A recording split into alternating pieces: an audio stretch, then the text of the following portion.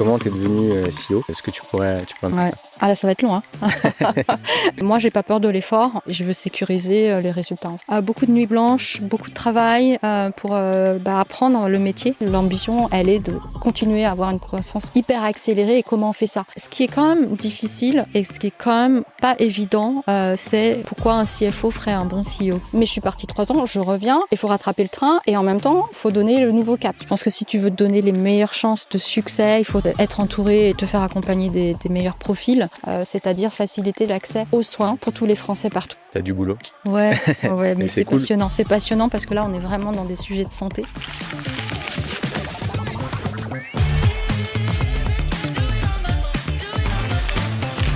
Salut Sylvie, Bonjour Arnaud, je suis ravi de t'accueillir aujourd'hui dans mon podcast Tech de Job. merci pour l'invitation. Avec grand plaisir. Ce que je te propose aujourd'hui, l'idée un petit peu de ce podcast, c'est de pouvoir parler de ta carrière, de différents rôles que tu as pu avoir, de comment tu as pu y accéder, quelles ont été tes forces, tes réussites, mais aussi des échecs, qu'on puisse parler un petit peu de tout ça. Et voilà, est-ce que ça te convient? Parfaitement.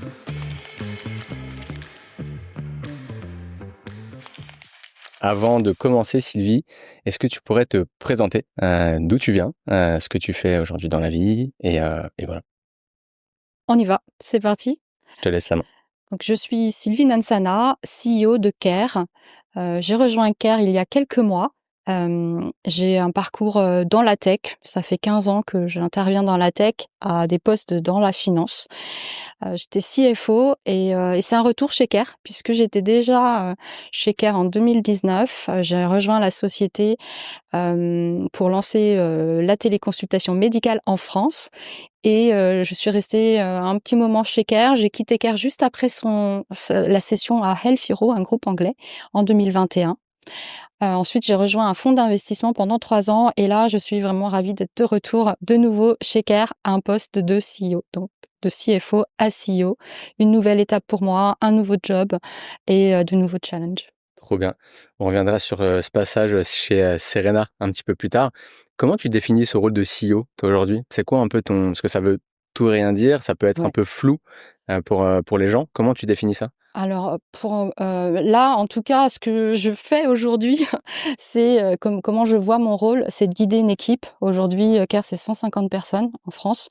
C'est de guider cette équipe pour réaliser une ambition, l'ambition de devenir un acteur à part entière du système de santé français. Donc, c'est une mission qui a commencé avec une première étape pour CARE, d'être le leader en France de la téléconsultation médicale. On a réussi cette étape-là. Quand je dis qu'on est leader, on est la plateforme leader de la téléconsultation. On réalise 8 millions de téléconsultations aujourd'hui. Et donc là, on attaque une nouvelle étape pour la société qui est de devenir un acteur du soin. Ça veut dire de passer d'une société très tech, parce que là, tu mets en relation des patients et des professionnels de santé pour réaliser de la téléconsultation. Mais demain, l'ambition de Care, c'est de devenir un acteur qui va proposer des programmes de santé. Donc là, tu bascules vers de la programmation en soins, beaucoup, beaucoup plus médical. Et ça, c'est un énorme changement. Et moi, vraiment, le rôle que je me suis donné, ou en tout cas mes actionnaires, mes investisseurs m'ont donné, c'est de faire basculer vers cette évolution-là, accélérer ce développement dans l'innovation, puisque là, je pourrais peut-être dévoiler quelques projets qu'on va lancer prochainement, mais c'est de l'innovation dans la santé.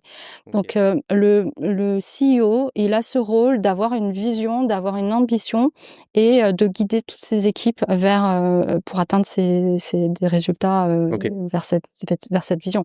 Donc c'est vraiment ça, c'est un chef de file Ok. qui guide et qui donne la direction, qui rassure les équipes parce qu'on est toujours, quand on est dans l'innovation et la tech, dans des nouveaux domaines, on est par définition dans l'innovation. Alors il faut y croire, il faut avoir une conviction pour pouvoir guider ses équipes, mais il faut surtout que les équipes aient la même conviction et envie d'achever les mêmes projets. Donc c'est vraiment ça l'enjeu et le challenge d'un dirigeant. Je trouve que c'est C'est une bonne réflexion parce que moi, d'extérieur, souvent, on peut voir des CEO qui sont très dans leur vision, ils communiquent beaucoup dessus. Et après, dans les faits, c'est difficile de faire adhérer tout le monde, Mmh. surtout quand le ou la CEO n'est pas forcément en phase avec toutes les équipes, etc. Comment tu peux t'assurer, toi, alors peut-être pas faire adhérer les 150 personnes, mais quand même, ok, moi, Sylvie, je vais essayer de transmettre tout ça. Comment on fait justement? Est-ce que tu t'appuies, j'imagine, sur ton équipe de C-level, mais Mmh. toi, en fait, comment tu dis je vais réussir à faire adhérer cette mission, mon projet, à toute la boîte? Ouais, bah, en plus, je peux t'en parler parce que c'est, tout un cheminement qui est, récent. Je suis arrivée en décembre. Mon premier challenge, c'est de définir ma vision, c'est-à-dire, c'est quoi Care, le Care de demain? Il y a eu le Care pendant 8 ans qui a fait ses Mmh. preuves, leader, pionnier et cetera. Maintenant, c'est quoi la prochaine étape et comment, en très peu de temps, tu vas te définir ta vision? J'ai pas réfléchi à ma vision avant d'arriver chez Care, en fait. C'est peut-être ça aussi, la différence avec un CEO fondateur historique. Ouais. Moi, je suis CEO, bon late founder dans ma première, expérience chez Care, mais je suis partie 3 ans, je reviens, il faut rattraper le train et en même temps, faut donner le nouveau cap. Donc c'est ça le challenge que j'ai vécu ces derniers mois. Et donc j'ai beaucoup réfléchi. Je me suis évidemment fait aider par l'équipe de direction, en leur, demandant eux, quelles étaient, leurs ambitions, ce qu'ils avaient envie de mener comme projet, juste pour les écouter. Et puis moi, je me suis fait ma propre conviction. Ça m'a pris 3-4 mois et j'ai présenté ma vision à l'équipe la semaine dernière. Donc 150 personnes rassemblées dans l'amphi pour présenter en 1 heure la vision et le projet pour Care pour les 5 prochaines années. Voilà, ça c'est tout récent. Et donc c'était quand même une étape très importante que j'ai préparée. Après, la manière de le faire, c'est de rationaliser dans le sens où, la vision, elle est pas totalement disruptive, elle vient quand même en continuité de toute, Il y a pas de pivot, c'est plutôt l'évolution. logique, quoi. Il y a un Ouais. pivot qui est fort, mais qui a été préparé ces 6 derniers, enfin, ça fait presque 6 mois que je suis là, puisque j'ai orienter l'entreprise vers, je te dis, ces innovations, nouveaux programmes de santé, mais qui deviennent une brique très importante du développement stratégique futur. Donc ça s'est préparé petit à petit, mais il n'y a pas eu de fracture. Et donc ils voient, enfin, je pense que les feedbacks que j'ai eus, c'est qu'il y a une continuité et en même temps quand même un changement de direction pour pouvoir continuer à avoir une croissance, vraiment une hyper croissance, parce qu'on pourrait continuer comme ça, mais avec une croissance modérée. L'ambition, elle est de continuer à avoir une croissance hyper accélérée. Et comment on fait ça? Mmh. Donc, d'un côté, ça rassure, on part pas de nulle part. D'un autre côté, ça donne envie parce que l'ambition, elle est vraiment importante. Et on a envie aussi parce que, on est dans le secteur de la santé. Donc, c'est aussi ça, hein, un élément très, très fort qui fait que, les équipes, j'ai la chance, d'avoir des équipes très engagées. C'est qu'elles sont déjà à la base très engagées dans la mission qu'on a, c'est-à-dire faciliter l'accès aux soins pour tous les Français partout.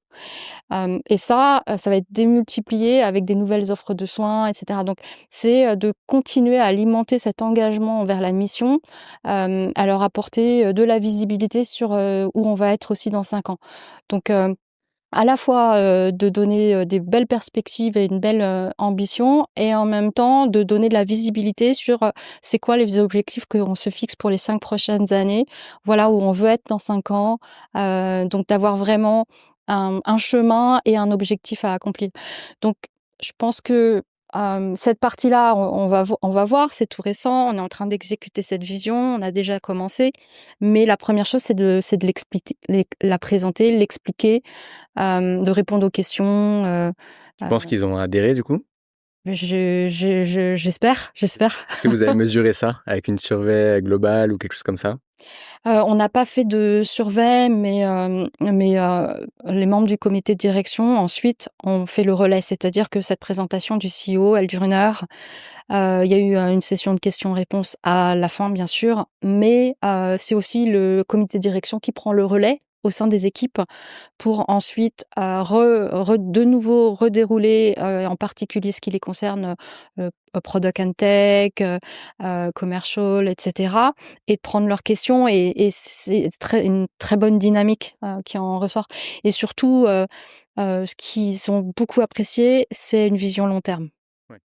Parce qu'on peut être dans notre environnement de start-up où les choses peuvent changer, tu peux pivoter, tu es habitué en fait à prendre des décisions, à revenir dessus, et donc c'est ce que Care a vécu pendant 8 ans, et c'est normal. On a beaucoup d'aspects réglementaires à gérer, des aspects réglementaires qui sont pas toujours en notre faveur. Il faut naviguer avec ça a changé, ça nous a fait pivoter plusieurs fois. Mais là, pour la première fois, d'avoir une vision sur le long terme de ce qu'on veut devenir, ils m'ont dit ça fait du bien. Et du coup, la partie de téléconsultation, Oui. vous la mettez pas de côté, vous la Non, gardez? non, non. Ouais, ça parce que Ouais, ouais. c'est important. Oui. Et quand tu parlais du coup, d'innovation de programmes de santé, juste par curiosité, comment ça va se transmettre? Et enfin, je sais pas si c'est encore bien acté, ça me paraît un peu flou, mais est-ce que tu as un cas concret? Tu peux me Oui, oui, oui. montrer, enfin, tu peux Donc m'expliquer? aujourd'hui, Care, c'est pour faire une téléconsultation, tu as besoin de voir un médecin. Tu as un médecin, la moyenne, c'est même pas une demi-heure. Tu peux consulter. Voilà. Ça, c'est le modèle aujourd'hui. Demain, c'est un modèle plus de prévention et d'accompagnement dans le soin, et c'est ça qu'on appelle les programmes. C'est sur la durée. Il y a 2 programmes qui sont lancés, un sur la gestion du poids et l'obésité. OK. Sujet important. Sujet important parce qu'aujourd'hui, il y a pas de programme qui soit vraiment, des programmes de prise en charge sur la durée. Tu peux avoir des programmes de nutrition, tu peux avoir un programme même médicamenteux, mais rien avec un coach qui va te suivre, qui va te suivre sur la durée pour t'aider à atteindre tes résultats. Donc ce sont des programmes de 6 mois, où on accompagne, il y a de la téléconsultation, mais il y a de l'activité sportive, il y a des programmes alimentaires, donc c'est vraiment du contenu sur l'app plus des coachs. C'est nouveau, OK. il y a pas Personne ne fait il y ça? a pas d'offre en France sur ce sujet-là, et sur la santé mentale avec des psychiatres, d'avoir aussi la possibilité pour traiter anxiété et dépression. Un suivi dans le temps, avec un chat où tu peux communiquer avec le professionnel, le psychiatre qui te suit entre Trop tes bien. 2 téléconsultations. Donc c'est vraiment l'accompagnement sur la durée pour maximiser les bienfaits en fait du programme. Tu as du boulot. Ouais, ouais, mais Mais c'est c'est cool. passionnant. C'est passionnant parce que là, on est vraiment dans des sujets de santé, Ouais, des tu sujets. mélanges la tech et la santé. Tu mélanges la tech et les préoccupations des Français, et tu essaies d'apporter des solutions. Donc c'est ça là, vraiment la mission de Care. Et C'est des sujets qui nous touchent, toi et moi, exactement. les gens de notre entourage, et cetera, donc Ouais, ouais. c'est top ça. Et j'ai plein d'idées pour d'autres programmes qui vont suivre, donc OK, je partage avec l'équipe. trop bien. Est-ce que Sylvie, tu pourrais, nous faire une petite, short story sur, tout ton parcours? Comment tu as commencé ta carrière? Et en fait, un peu de fil en aiguille, comment tu es devenue, CEO? Est-ce que tu pourrais me faire Ouais. ça? Ah là, ça va être long, hein. Et c'est parti. Je suis ingénieure de formation, ingénieure BTP. Donc ça, c'est OK. un choix. Oui, je me C'est rappelle. un choix d'être dans un secteur d'activité où c'est concret. C'est la construction. Moi, j'étais dans le bâtiment, architecture et bâtiment. Donc ça, c'est un choix d'études, mais pour me mener vers un métier ultra concret. Donc j'ai commencé à travailler. Mon premier job, c'était chez Bouygues. Bouygues Construction, construire Classique. un HLM dans le 19e arrondissement. Et puis en fait, dans ce travail j'étais conducteur de travaux chez Bouygues. C'est mon premier job. OK, Ouais, donc énorme. vraiment, Ah oui, OK, tu veux voir d'accord. le chemin Ouais. parcouru. Et une grosse lacune que j'avais, c'est la gestion du budget du chantier. Je ne savais pas gérer un budget de chantier. Tu es tout jeune, tu arrives sur le chantier, tu as appris que des aspects techniques, comment construire une poutre, bon, tu vois les aspects Ouais, où, ouais. et après on te dit bah tu as un budget à gérer, et donc C'était ta responsabilité, le c'était budget? la OK. responsabilité du conducteur de travaux. Et là je me suis dit donc c'était un stage pendant 6 mois, mon premier job. Je me suis dit: «J'ai besoin d'approfondir ces compétences-là». C'est toujours une curiosité en me remettant toujours en question. Si je veux être le meilleur conducteur de travaux du monde, il faut que j'ai cette expertise-là financière. Donc j'ai postulé dans un cabinet d'audit en me disant: «La finance, c'est quoi?» Je savais pas. L'audit, ça doit être de la finance. Donc j'ai postulé chez Arthur Andersen et j'ai passé 1 an, puisqu'il me proposait que, un CDD? stage, Ah, stage. d'un OK. an. J'étais en 2e année d'école, donc OK. j'étais Ah oui, très OK, jeune d'accord. pendant OK, mon ouais. parcours. Hem, donc j'ai passé 1 an à faire du conseil, dans la finance et un peu d'audit et puis finalement j'ai adoré. OK. Le BTP, ça t'a pas manqué? Je me suis retrouvée dans mon élément et puis le BTP avait quand même des contraintes, sur le chantier, jeune femme, il y avait quand même, voilà, c'était quand même pas un métier très facile, et l'audit me paraissait un métier, différent et qui me correspondait bien. C'est très rigoureux, c'est autour des chiffres, c'est très analytique et ça finalement correspondait pas mal à ma personnalité. Donc je suis retournée à l'école, j'ai obtenu mon diplôme d'ingénieur et finalement je suis allée dans l'audit. Et ça, c'est mes premiers pas dans la finance. J'y suis restée, quelques années et puis après, j'ai voulu sortir de l'audit pour intégrer une entreprise parce que tu sais, au bout de 4-5 ans en audit, tu te dis: «J'ai fait le tour, je veux faire autre chose» et je suis allée dans un grand groupe international, Vivendi. Énorme. Donc voilà, c'était un plan de carrière possible, potentiel. Et tu me parlais, des choses, des échecs ou des choses que j'ai pas aimées. Bah, c'est typiquement un Pourquoi? environnement pour moi que j'ai pas du tout aimé. Grosse boîte, au siège social, des bureaux, en marbre, enfin un truc, très prestigieux. Ouais. Donc tu avais, la marque et cetera. Donc ça, c'était quand même, ça pouvait te valoriser. En revanche, des strates hiérarchiques, très, très loin des décisions, très, très loin du business puisque j'étais en holding. Surtout quand tu commences entre guillemets «en bas» parce que c'était début de carrière, donc tu avais pas forcément Exactement. d'impact, Et moi, en tout cas, moi, ça me correspondait pas. OK. Donc j'y suis restée 1 an et puis je suis retournée, dans le conseil chez Deloitte en conseil financier, je vais pas rentrer dans les détails, mais sur des normes, US GAAP, IFRS, bon, très techniques OK. en fait, très Ouais. techniques.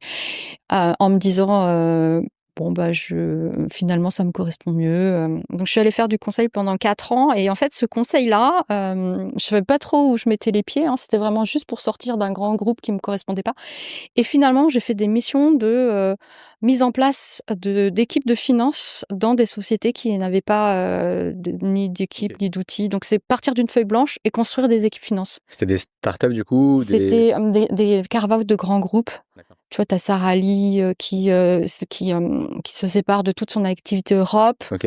mais il y a pas d'équipe en Europe, finance et tu construis des équipes, donc il y a eu plusieurs, projets comme ça pour des fonds d'investissement. Donc pareil, 1er contact avec les fonds d'investissement, 1er contact à un job, où tu construis en fait, tu mets vraiment les mains dans le cambouis, tu fais les choses, tu recrutes et au bout de 6 mois tu pars parce que tout est structuré.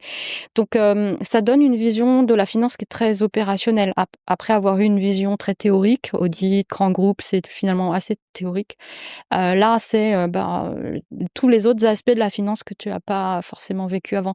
Donc très formateur. Et ce côté projet un peu court, enfin mission 3 mois, 6 mois, très intense, passer à autre chose, laisser un peu le bébé, tu as bien aimé ou Ouais, j'ai beaucoup aimé OK. parce que tu vois plein de secteurs différents et toujours finalement le fil conducteur, tu vois, par exemple, le BTP, ce qui m'intéressait, c'est le concret. Tu construis quelque chose, ça se voit. Là, la mission, il y a rien, tu pars, il y a une équipe, il y a des systèmes d'information, il y a des Ouais. reporting, il y a tout, donc Tu as tout mis ça en se place quoi. voilà, ça On te se dit voit. merci, au revoir, merci Sylvie. Exactement. Exact et tu es content de partir après, Ouais. voilà. Hem donc ça m'amène pas encore au poste de CFO parce que ça reste très, opérationnel, mais pas encore, généraliste et justement, je fais ce constat-là au bout de quelques années en me disant: «Mais, j'ai vraiment envie, d'avoir un poste plus opérationnel et surtout dans le digital et la tech».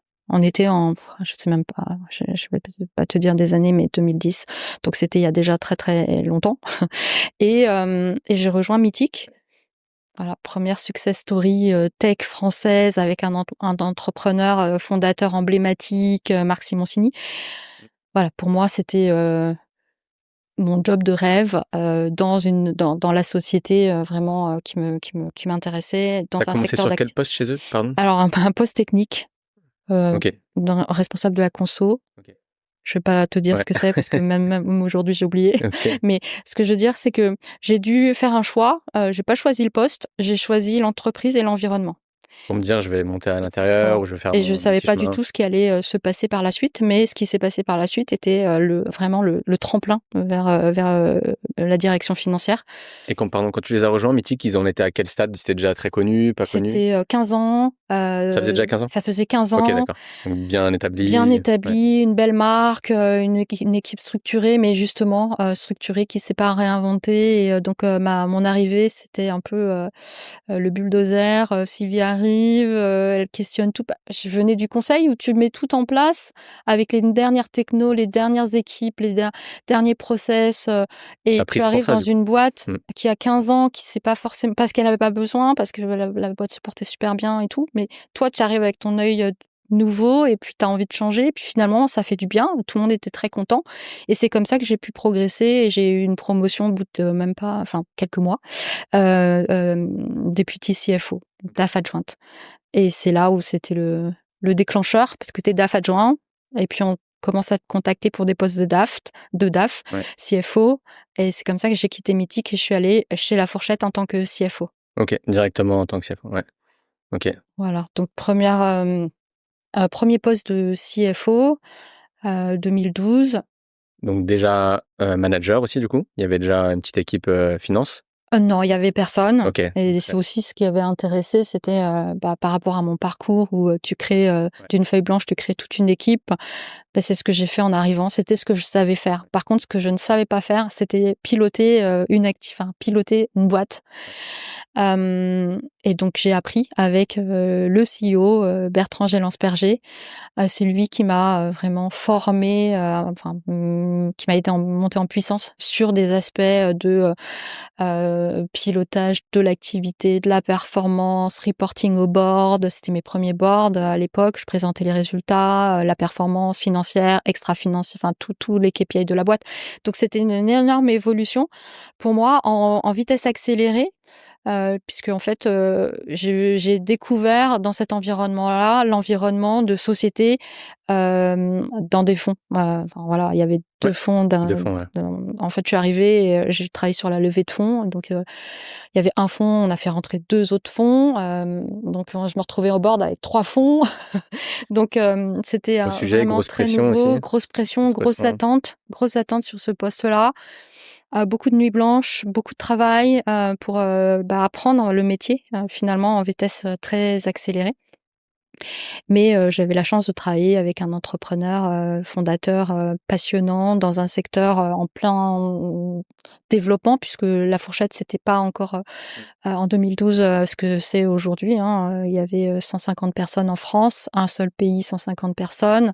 Et quand j'ai quitté 8 ans après, c'était 1000 personnes, 18 pays. Donc je suis restée longtemps, mais il s'est passé beaucoup de choses. Et en fait, si je résume mon expérience de La Fourchette, c'est comme si j'avais fait 3 boîtes en une boîte, en 8 ans, puisque je suis restée 8 ans. La première boîte que j'ai connue de La Fourchette, c'était start-up, structuration, recherche du break-even, du modèle économique, donc prouver le modèle économique jusqu'à atteindre le break-even.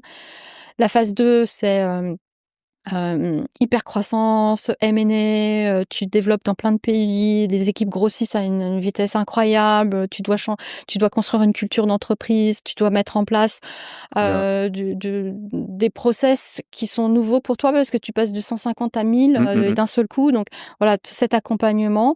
Et puis l'étape 3, j'ai élargi mon périmètre en prenant aussi une activité au sein de TripAdvisor. Et là, c'était boîte américaine, donc autre environnement. Je travaillais qu'avec des Américains. Voilà, c'est un peu 3 vies, 3 sociétés dans une seule que j'ai pu. Laquelle t'as préférée alors? Toutes. Ok. Toutes, elles étaient toutes passionnantes. À chaque fois, c'était un challenge différent et toujours avec un résultat concret à la fin des 3 périodes. La première, avoir d'arriver au break-even. La deuxième, d'avoir une équipe et un coverage et une activité vraiment très très significative. Et la dernière, de me prouver aussi que je pouvais avoir un parcours international, avoir des équipes internationales et travailler avec des Américains, etc. Donc les 3 m'ont apporté des choses différentes. Ok. Tu parlais de nuit blanche et de beaucoup travailler. est-ce que c'était de manière transparente un choix perso? T'aimes bien bosser, etc. Et voilà, ou parce qu'il fallait le faire, grosse pression.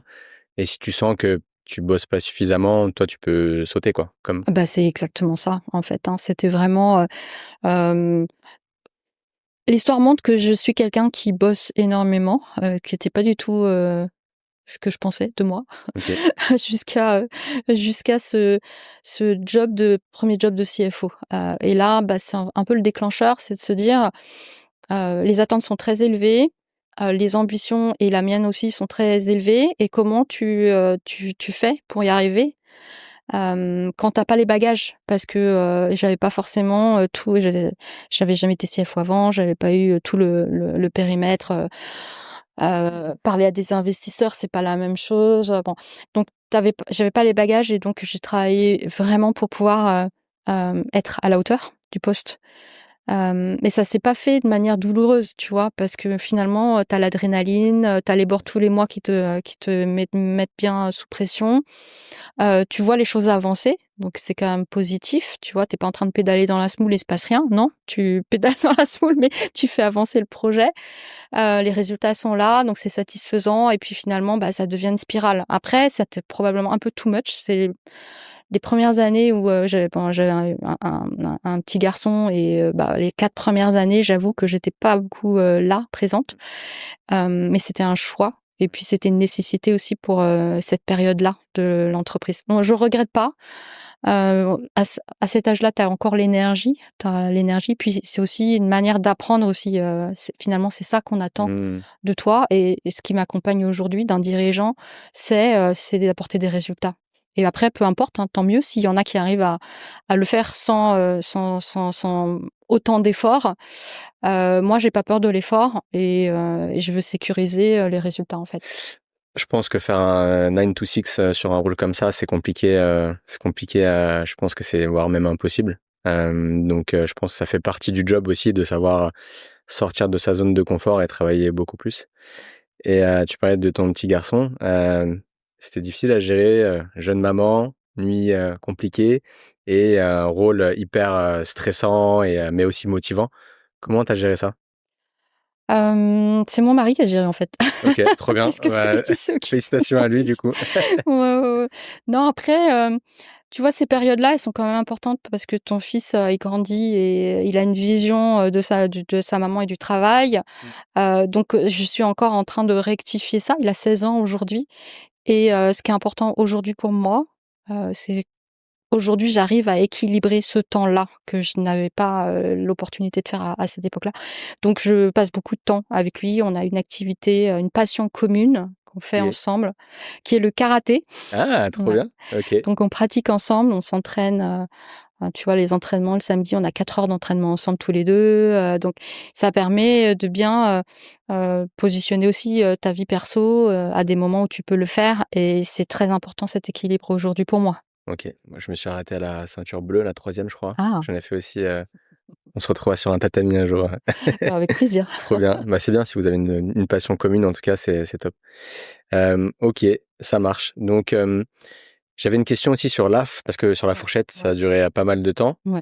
Ce qui est bien, c'est je sais pas s'il y a eu peut-être une tentation au moment de la direction de mettre un ou une CFO beaucoup plus expérimenté que toi. Quelqu'un qui a connu le scale, quelqu'un qui a fait une scale-up beaucoup plus grosse, etc. Ils l'ont pas fait.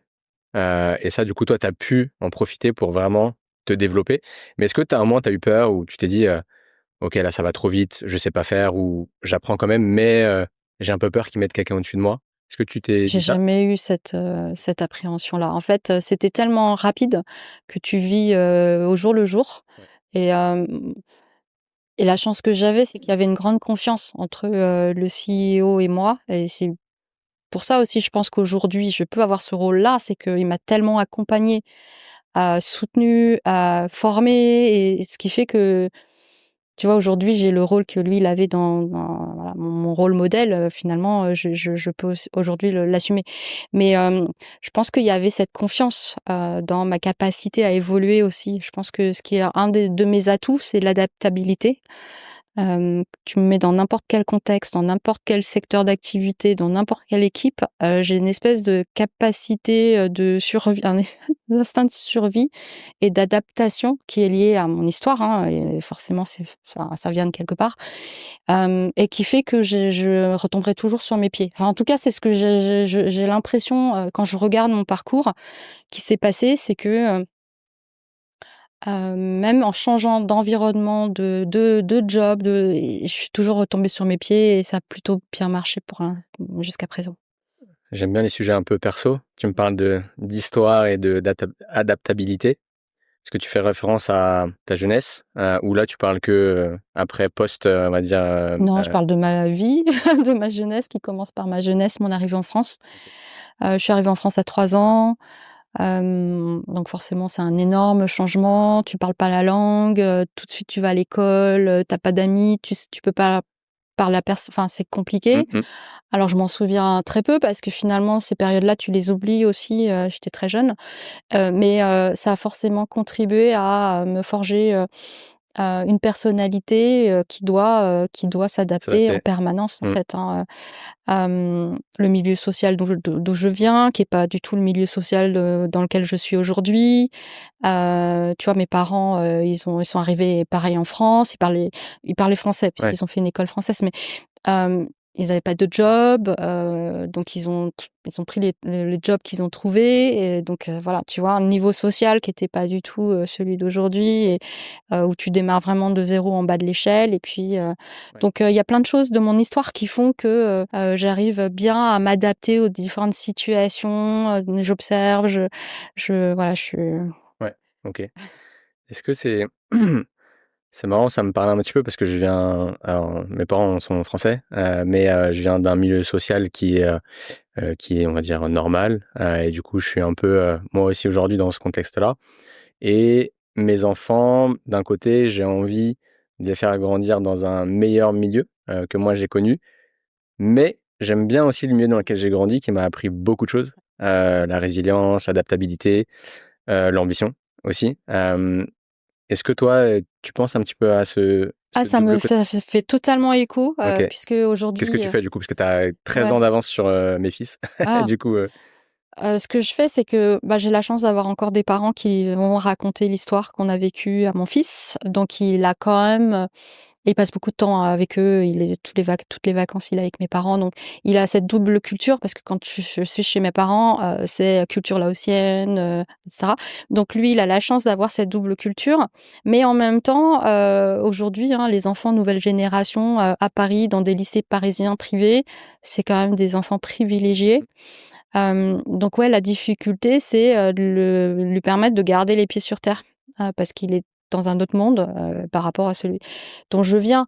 Donc c'est de l'emmener voyager, que ce soit au Laos, dans mon pays, pour qu'il voit vraiment ses racines, ou dans d'autres pays d'Asie, du Sud-Est, qui sont pas développés. Enfin, pour qu'il garde quand même cette connexion avec ses racines, de comprendre d'où lui-même il vient, quelle est l'histoire en tout cas de sa maman.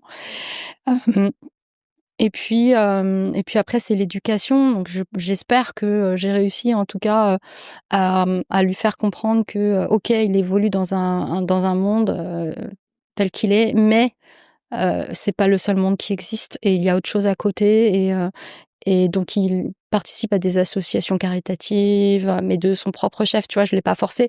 Je lui ouvre juste les portes, je lui donne juste l'éducation qu'il lui faut pour qu'il s'ouvre vers l'extérieur et qu'il garde cette notion de la réalité, et sa réalité, pas forcément la réalité des autres, et qu'il faut qu'il arrive à combiner tout ça. Donc trop bien. et puis le sport aussi, je te dis, Le le karaté, c'est une bonne karaté, école, hein. ça lui touche Enfin, ouais. beaucoup. Les milieux sociaux, on s'entraîne avec des gens qui sont pas comme, enfin voilà, qui sont pas forcément, mais c'est bien, c'est la Mm. mixité dans le Mm. sport, Puis les valeurs transmises dans et les sports les de combat en valeurs. général et dans le Ouais, karaté, pour l'avoir pratiqué, je sais que ouais. c'est tout le monde est égaux ok, trop bien. Euh, je reviens un peu du coup, donc tu finis ces 3 étapes chez La Fourchette, The Fork, ensuite tu passes chez Care. Je sais pourquoi, mais tout le monde ne le sait pas. Est-ce que tu peux nous dire, Ouais, comment euh, je suis arrivée chez Care? c'est ça, comment t'es arrivé chez Care? Hem, Heu, alors il y avait, Olivier? Olivier Thierry, que tous ceux de La Fourchette connaissent, COO de La Fourchette, pardon, qui quitte La Fourchette en 2019 pour devenir CEO de Care. Et donc il m'invite à prendre un café un dimanche et il me dit: «Sylvie, j'ai un poste pour toi, rejoins-moi chez Care, on va lancer Care en France». Et j'ai dit oui. Et c'était un dimanche dans un café, il m'a fait une proposition financière sur un bout de la nappe, il me l'a découpé, il me l'a donné. Voilà, c'est ça que je te propose. Il y a pas eu d'entretien, il y a rien eu, ça s'est Ouais. fait vraiment comme Ah, ça. c'est les meilleurs jobs, ça. C'est le meilleur. Et je connaissais pas Care. Heu, Normalement, il y a au moins 6 ou 7 étapes, hein, sur un rôle de CFO, je pense. mais écoute, Tu tout squeezé, là. ah bah, j'ai tout squeezé. Et j'ai eu cette chance-là. Hem, la seule chose qu'il m'ait dite, c'est il m'a dit: «On a l'ambition de transformer la manière dont on se soigne, on va se soigner en vidéo, conférence, Ça t'a parlé? à distance». On était en 2019, c'était avant le covid. Ouais. Et ça m'a parlé. En fait, c'était une innovation, donc c'est ça qui m'intéresse aussi, hein, dans les nouvelles dans les jobs que j'ai pris. Une innovation, quelque chose qui n'existe pas, avec beaucoup de challenges, et avec une personne avec qui j'avais envie de bosser. Donc tous les éléments étaient rassemblés. Je venais de signer ailleurs puisque j'étais à la Fourchette, mais j'avais déjà Ah, signé OK. un contrat dans une autre boîte. Pas Je beau, pense que Sylvie, pas très l'entrepreneur se beau. reconnaîtra si jamais il m'écoute parce qu'il m'en a voulu longtemps. Et donc j'ai accepté, enfin voilà, j'ai sauté direct dans le train. Je suis arrivée chez Care. On était 50 à l'époque. Et on est pareil, je suis repartie d'une feuille blanche, j'ai commencé à construire une équipe, finance, juridique. C'était vraiment un projet, qui était sur un bout de papier, qui s'est concrétisé et très, très vite. Et vous étiez les premiers ou Doctolib ne le faisait pas à l'époque, Alors, je crois? Care s'est lancé en 2017 avec ce projet-là. Ouais, De 2017 à 2019, on a développé le produit. ouais. Et 2019, on avait le produit et on était prêt sur le marché. Quand il y a eu un élément de réglementation fin 2018 qui a fait qu'on a pu se lancer sur le marché. Doctolib n'avait pas développé cette technologie. Elle a commencé vraiment, cette société, à développer quand le Covid est arrivé. Donc, on peut dire qu'on est les pionniers. Euh, et, euh, et donc aujourd'hui, bien sûr, il y a plusieurs plateformes qui existent. Il y a Doctolib qui fait de la téléconsultation, mais on est la plateforme numéro 1 avec le volume qu'on fait, 8 millions 8 millions De jusqu'à présent. téléconsultation Exactement. par, c'est Non, c'est 2 millions par an, 2 mais 000 000 par an, ouais, en cumulé? ouais, OK, exactement. c'est beaucoup. Mm. C'est Hem, 200 000 par mois de c'est patients énorme. qui Ouais. téléconsultent en France. Donc Est-ce que juste, tu as une data un peu sur, la géographie? Est-ce que c'est très, Île-de-France, parce que voilà, ou les gens qui sont dans la Creuse, ils utilisent aussi un peu Care? Ouais, bah, c'était aussi une des missions, c'est pouvoir apporter une offre de soins dans les déserts médicaux. Et aujourd'hui, il y a 40% des téléconsultations qui sont faites par des patients qui se trouvent dans les déserts médicaux. Donc une partie de la mission est réalisée. Après, on dit que Paris, c'est une grande ville, mais toute la banlieue de Paris est aussi qualifiée de désert C'est vrai? médical. Ouais, Saint-Denis, etc. Donc finalement, t'apportes. Et donc oui, c'est une des missions qu'on s'était données a été réalisée, OK. d'apporter de l'offre là où il y en a pas. C'est que je pense que des fois, tu es un peu obligé de voir un médecin en physique, Oui, mais oui, plein de mais fois, tu oui, peux oui. t'en passer aussi. Exactement. On Ouais. va jamais remplacer. D'ailleurs, on n'a pas Ouais, du ouais, tout c'est pas vocation. l'objectif, ouais. C'est pas notre objectif de remplacer la consultation médicale, c'est de la complémenter OK, et de faciliter quand c'est possible, bien sûr. OK, ça marche. OK. Avant, qu'on passe à Serena, comment tu es passée, heu, dans un fonds, hem, comment on devient CFO? Selon toi, est-ce que tu as 1 ou 2 conseils à donner à des personnes qui viennent de la finance, qui montent petit à petit? Et c'est quoi un peu selon toi, les skills importants, ou voilà, comment tu vois ça? Mmh mh. les skills, j'ai dit un, mais je vais passer très vite, c'est la rigueur et le côté analytique. Ça, c'est bon la première chose de base, parce que c'est un CFO qui a pas la rigueur des chiffres, ça va être un peu compliqué. Ça, c'est la première chose. La deuxième chose, c'est d'être vraiment curieux et d'être capable de comprendre tout ton environnement, tous les acteurs, que ce soit externe, la compétition, etc., ou interne, d'avoir une vision transverse de l'entreprise, des différents objectifs de chaque département dans l'entreprise, pour concilier à la fois leurs objectifs et les objectifs financiers que tu vas pouvoir fixer avec eux. Un troisième volet, c'est le relationnel, parce que tu es un peu en train d'orchestrer les objectifs des uns et des autres dans l'intérêt de la société et d'atteindre des ambitions communes, des objectifs communs.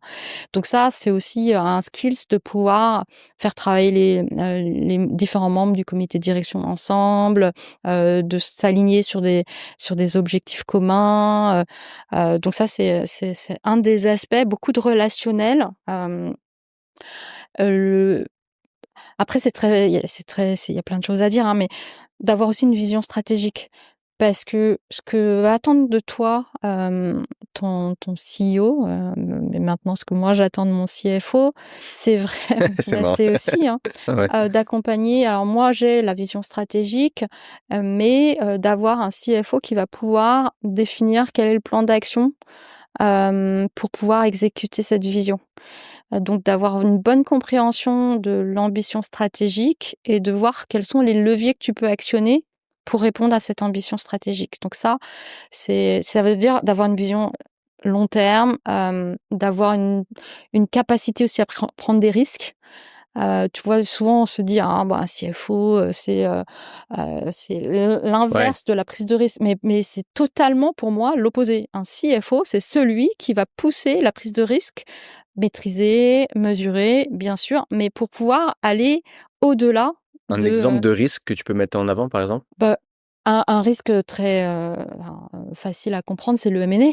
Ouais. Quand tu es CFO et que tu pilotes le M&A, ce que j'ai fait pendant 2 ans à La Fourchette, tu sais pas, hein, si le marché sur lequel tu veux te déployer va avoir le succès que tu veux, l'acquisition que tu vas faire va atteindre les objectifs, il va y avoir ou pas une synergie, un culture fit, etc.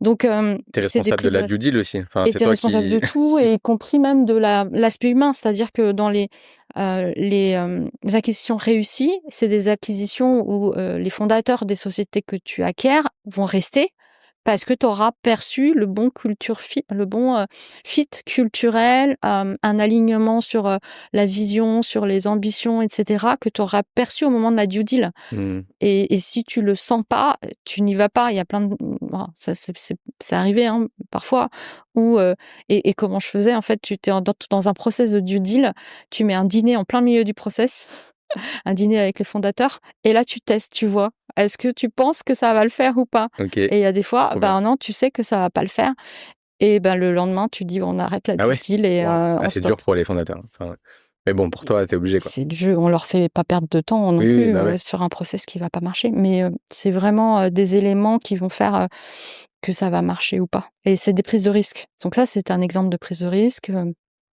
Lancer une nouvelle activité, pour diversifier, c'est une prise de risque. Est-ce que tu y vas pas? Quels sont les pour, les contre? Et c'est ton rôle en tant que CFO de guider les prises de décision. OK. Hem Est-ce qu'il y a une, partie de ce métier, que tu fais plus actuellement, mais que tu aimais le moins? Je sais pas, il y a plein d'axes, hein, sur le métier de CFO, mais est-ce qu'il y a une partie du métier que tu aimais moins?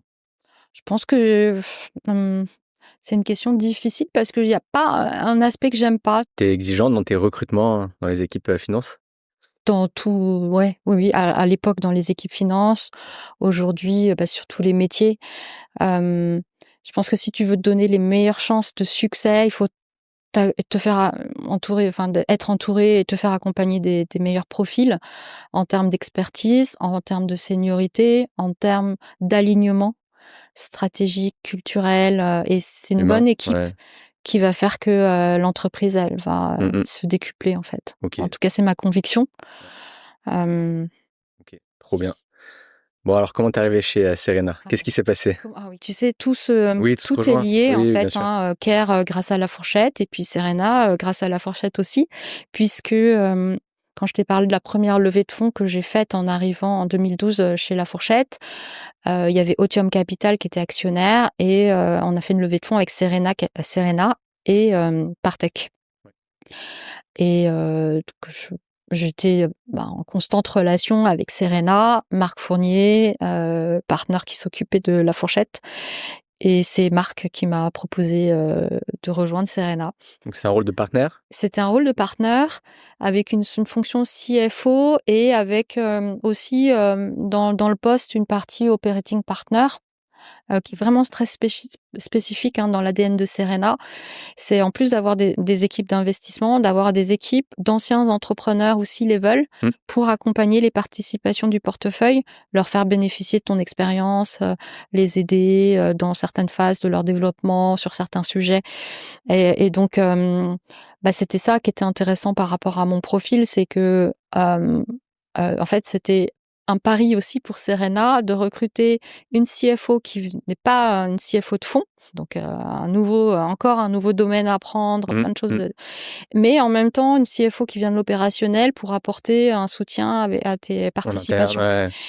Voilà, donc c'est le pari qu'ils ont fait et Ça a bien marché? ça a bien marché, hein, dans le sens où, moi, j'ai encore une fois ma curiosité, mon envie de comprendre, ont fait que, je suis rentrée très vite dans le métier de finance de fonds. Hem et Ton day to day, grosso modo, c'était quoi en fait? Enfin, pour, oui, ouais, ouais, dans ce métier-là. la finance de fonds, c'est vraiment de gérer, toute la prise de risque quand tu réalises un investissement. OK. Sur des aspects administratifs, conformité, donc c'est de permettre, aux équipes d'investissement de faire des investissements de manière très sereine et d'apporter, le financement, et le fonds pour pouvoir faire l'investissement. En OK. gros, c'est ça OK. ta mission, beaucoup d'aspects de conformité dans le sens où, t'assurer que, quand tu investis, l'argent, c'est de l'argent, qui vient, voilà, pas de l'argent Oui. qui vient de justement occulte. Donc il y a un aspect très fort dans ce milieu-là de conformité, réglementation, c'est très cadré, c'est encadré par l'AMF et cetera. Donc mais c'était un des aspects que j'aimais bien justement parce que c'est très différent et puis après comprendre, la performance des fonds. Un fonds va investir dans 20 sociétés, comment tu projettes cette performance, comment tu penses que vas pouvoir, rembourser tes actionnaires, tu fais des projections et cetera. Donc toute une partie d'ingénierie financière qui est aussi très intéressante. Ouais. Et qui va t'aider dans ce rôle que tu as aujourd'hui, je pense, de relation aussi avec les. Enfin, Aujourd'hui, ce qui m'aide, c'est qu'effectivement, je comprends les enjeux, de mes actionnaires. J'ai un quand ils te family parlent, tu office. comprends pourquoi. Enfin, Je comprends ouais. pourquoi, certaines décisions, pourquoi, certains, hem, hem, les enjeux qu'ils ont, et cetera. Donc ça m'aide beaucoup aussi, d'avoir, maintenant cette compréhension-là de l'autre côté. OK. OK. Bon. Donc tu fais 3 ans chez eux, à peu Ouais, près? ouais, Et tu exactement 3 ans reviens à la maison. et je reviens à la maison, parce Comment ça que, s'est fait du coup? Care me rappelle à la maison. Donc Care me dit: «Sylvie, écoute», Du coup, quand tu dis care, c'est qui? c'est, Ranjan, donc le CEO de Health Hero, OK. qui m'a proposé, de revenir chez Care, au poste de CEO. OK. Donc un matin, 8 heures du matin, il m'appelle, il me dit: «Sylvie, est-ce que tu veux revenir?» Et je lui réponds: «Oui, Tout de suite? ouais». Et il me dit: «OK, good». Et du coup, la semaine d'après ou 3 jours après, j'étais à Londres pour, rencontrer, là, il y a des fonds, pour rencontrer les fonds, enfin tout un parcours, là, tu vois, les 6-7 entretiens que je n'avais pas eus, je les ai eus en une journée, à Londres. Pas de bout de papier, pas d'olivier, dans un Non, mais café. c'était quand même Ouais. bon, voilà, T'étais en compétition avec quelqu'un ou ils te targetaient toi ou ils avaient d'autres personnes potentielles? ouais, non, non, c'était parce on s'est Vous avez connus bossé ensemble? avant, OK. voilà, c'était, OK. pour lui, un choix délibéré. OK. Donc le process compliqué quand même? Enfin long ou tu l'as Comment tu l'as vécu ce process-là? Ouais, je l'ai vécu pas compliqué dans le sens où, dans tous les cas, tu vas, tu dis pourquoi tu es là, parce que c'est ça, hein, les entretiens, c'est pourquoi tu es là, qu'est-ce que tu vas faire, qu'est-ce que tu vas faire de Care, quelle est ta vision, ton ambition, et cetera. Donc tu dis ce que tu penses en fait, hein, tout simplement, hein, sachant que pour moi, c'était quand même plus facile dans le sens où je connaissais très bien Care. J'avais déjà cette vision à l'époque-là, donc maintenant c'était d'accélérer cette vision. Donc convaincre était pas, le plus difficile. Ce qui est quand même difficile et ce qui est quand même pas évident, c'est, pourquoi un CFO ferait un bon CEO? Mmh. Heu, Ça arrive quand même, hein, c'est oui, pas ah ouais. bah, moi j'ai Plus que par exemple un DRH qui passe CEO, enfin voilà, ça ouais, arrive, ouais, enfin je le vois, pas régulièrement, mais ça arrive quand même. ouais, Toi, ouais. c'était plutôt de toi, te convaincre de faire ça? Est-ce que j'en suis capable Non, aussi? Est-ce que non, tu non, j'ai non? pas eu trop d'hésitation, à vrai dire. Sûr de La toi? vérité, c'est non, pas du tout parce que je suis quelqu'un de qui est j'ai pas du tout confiance en moi. En revanche, de me challenger et de me dire, c'est le moment de prouver que tu peux le faire. Bah, voilà, ça, j'avais envie de saisir cette opportunité-là. Mais est-ce que tu es persuadé que tu vas réussir? Non, parce que tout ne dépend enfin, pas que de toi dans tous les Bien cas, sûr, oui, dans oui, ce tu qui se pas passe. En revanche, est-ce que tu as envie de le faire? Est-ce que tu penses que tu peux faire l'effort de le faire? Ouais, j'ai vraiment envie. Et je pense que c'est ça qu'ils ont entendu et ça les a, confortés dans leur décision. Hem, Après, j'avoue que ce qui est arrivé là, est arrivé dans un environnement anglo-saxon, plus propice à ça, à donner les chances, à, à croire, dans des potentiels plus que dans des expériences passées. ça matche J'ai le plus avec toi qui sentiment t'es, que, en France, c'est quand même beaucoup plus compliqué, que ça arrive beaucoup moins. mmh, Donc oui, quelque part, cette trajectoire, je l'ai construite sans le savoir, hein, petit à petit, travailler très proche d'un CEO, de voir vraiment ce qui est attendu d'un CEO, de développer les mêmes skills de vision stratégique, de leadership, et cetera. Tu développes tout ça. Honnêtement, je l'ai développé naturellement, parce que j'étais, auprès des bonnes personnes. Mais après, il faut l'opportunité mmh. et cette opportunité, soit, enfin, tu vas la chercher ou soit elle se présente. Moi, en l'occurrence, elle s'est présentée à moi, mais parce qu'aussi, dans des environnements anglo-saxons où, Oui, encore une fois, on valorise beaucoup le potentiel, laisser la chance, aider la personne à se développer. En France, je sais pas si c'est aussi facile que ça et si ça arrive aussi souvent que ça. je pense pas.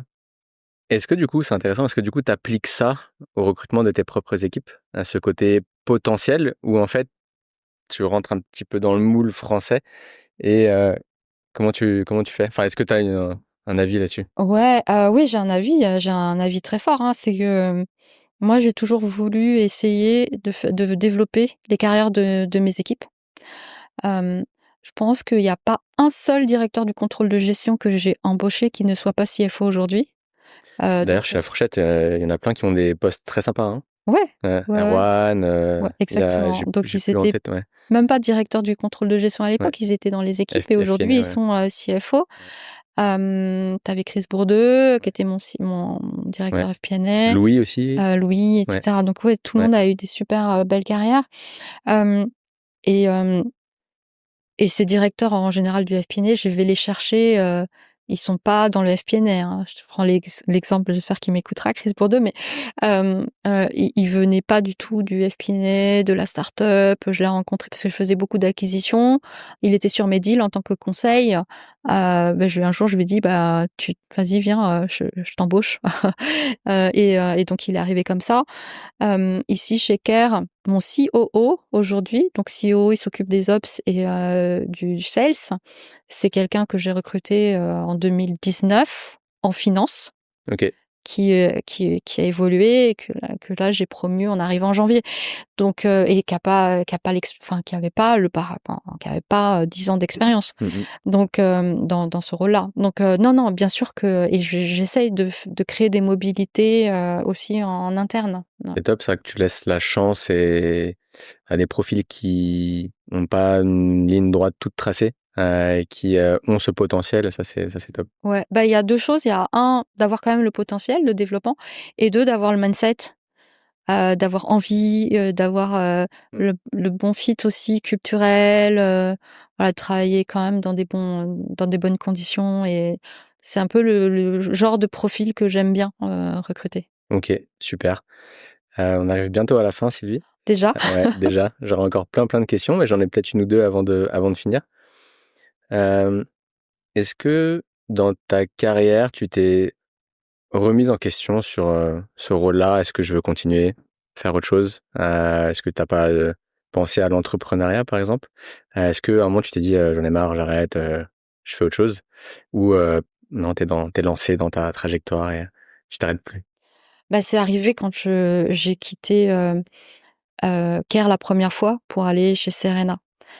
Hem, C'était exactement l'état d'esprit dans lequel j'étais, c'est: «J'en ai marre de la start-up, j'ai envie de voir un autre monde, le monde de l'investissement, qu'est-ce que c'est?» Donc c'est vraiment le mood et la dynamique de l'époque. Donc ça, voilà, j'ai franchi le pas, j'y suis allée, j'ai testé et puis, bah, au bout de 3 ans, réflexion inverse, j'ai envie de retrouver l'opérationnel. Hem, le monde de l'investissement, c'est un temps très long, tu peux te Mmh. projeter, tu es vraiment sur un temps long, tu pas les mêmes, incertitudes qu'une start-up et pour autant, bah, je me suis dit alors moi j'ai eu cette opportunité, mais en réalité, ce qui me correspond vraiment, c'est l'opérationnel, l'action, hem, l'incertitude, presque même le chaos. Ça me manque et donc voilà. Donc pour l'instant, tu vois, ça fait 6 mois, je suis ravie, de ce que je fais. Je trouve que ça me correspond. J'ai encore beaucoup de choses à faire ici, donc je me projette pas, enfin, tu vois, je me dis pas: «C'est quoi ma prochaine étape?» Mmh. Je OK. on Oui, verra, oui, bah, de on toute verra. façon, Ouais, c'est ouais. quand même tout nouveau. Ouais, pour moi, c'est, voilà, je me projette vraiment sur le long terme. Mais oui, ça m'est arrivé, Et ça avant m'est de arrivé. revenir sur ce poste, Mmh. l'entrepreneuriat, tu vois, tu me parles de Ouais, ouais, ouais, risque, ouais, ouais. d'action, de chaos, c'est typique de monter une boîte. Est-ce que tu Ouais. t'es déjà posé la question? Est-ce que on t'a déjà proposé Ouais, aussi? ouais, ouais, ouais. Bah, en fait, quand je suis partie chez Serena, j'avais 2 options et dont une qui était, Ouais, l'entrepreneuriat. OK. Hem et finalement, encore une fois, j'en ai marre de la start-up. Je veux quelque chose de plus, hem, comment dire? Moins incertain et pareil, quand je suis, revenue là, chez Care, je trouve que la vie, elle est faite étrangement ou bien ou pas, mais quand tu as des opportunités, tu en as plusieurs en même temps, à la fois et là, c'est pareil, c'était un projet entrepreneurial. Hem et d'ailleurs avec le même entrepreneur qui m'avait proposé déjà, de faire quelque chose et de développer un nouveau business et donc on s'est reparlé et là c'était, une une opportunité qui m'aurait aussi, potentiellement intéressée. Mais finalement, revenir chez Care, dans la santé, avec une mission, une entreprise que je connais, voilà, j'ai fait ce choix-là. Mais oui, toujours, enfin et là aujourd'hui pour le coup, je considère que ce que je fais puisque je lance, des nouveaux programmes, c'est de la start-up au Bien sein sûr, de ouais, Care. ouais. J'ai, C'est un rôle 2 équipes d'entrepreneur. qui Ouais. travaillent chacune sur un programme et c'est 2 start-up. Et donc retrouve ça, je retrouve, toute cette, adrénaline de lancer, et ça me plaît. Trop bien. Donc je suis complètement satisfaite aujourd'hui, c'est bon. OK. Bah, écoute, merci à toi, Sylvie, en tout Merci cas, Arnaud. d'avoir répondu à mes questions. Je vais suivre avec attention, la suite, en tout cas. Je pense qu'ils ont beaucoup de chance de t'avoir, pour lancer tout ça. Merci à toi.